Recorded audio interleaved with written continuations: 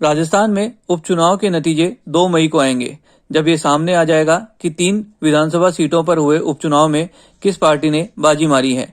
लेकिन आपको बता दें कि राजस्थान में अब तक विधायकों या सामान्य चुनाव में ही किसी विधायक प्रत्याशी के निधन के चलते 20 बार उपचुनाव हुआ है। इनमें से 9 उपचुनाव में कांग्रेस पार्टी ने चुनाव जीता, 8 बार भारतीय जनता पार्टी ने उपचुनाव में जीत दर्ज की है, तो 2 बार जनता पार्टी और 1 बार एनसीजे पार्टी के विधायक बने हैं। लेकिन सबसे बड़ी बात यह है कि इन 20 उपचुनाव में जिन विधायकों का निधन हुआ, उनकी जगह जब उनके परिजनों को टिकट दिया गया तो जनता ने उन्हें सीधे तौर पर नकारा है। 1965 में राजाखेड़ा विधायक प्रताप सिंह की मृत्यु के बाद उनके बेटे एम सिंह ने चुनाव लड़ा, लेकिन वो चुनाव हार गए। इसके बाद 1978 में रूपवास विधायक ताराचंद की मृत्यु के बाद उनके बेटे ने चुनाव लड़ा, वो भी चुनाव हार गए। इसके बाद 1988 में खेतड़ी विधायक मालाराम के निधन के बाद उनके बेटे एच लाल को टिकट दिया गया, लेकिन वो चुनाव नहीं जीत सके। इसी तरीके से साल 1995 में बयाना विधानसभा से विधायक ब्रजराज सिंह की मृत्यु के बाद उनके बेटे शिवचरण सिंह को टिकट दिया गया, लेकिन वो भी चुनाव हार गए।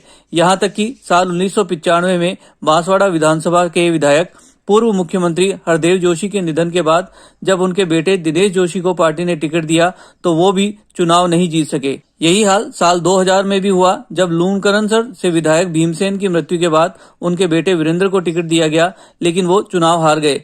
तो वहीं साल 2002 में सागवाड़ा विधायक भीखाबाई के निधन के बाद उनके बेटे सुरेंद्र कुमार को टिकट दिया गया, लेकिन वो चुनाव नहीं बचा पाए।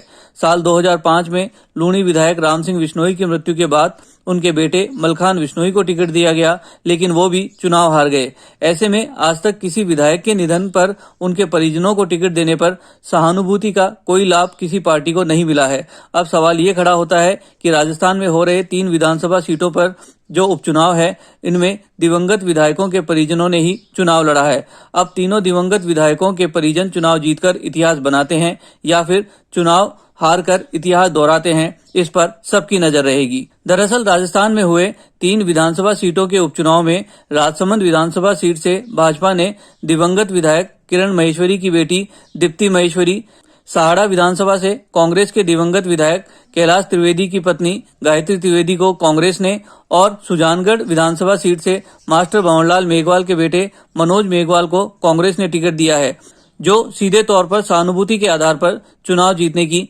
पार्टियों की एक कवायद है।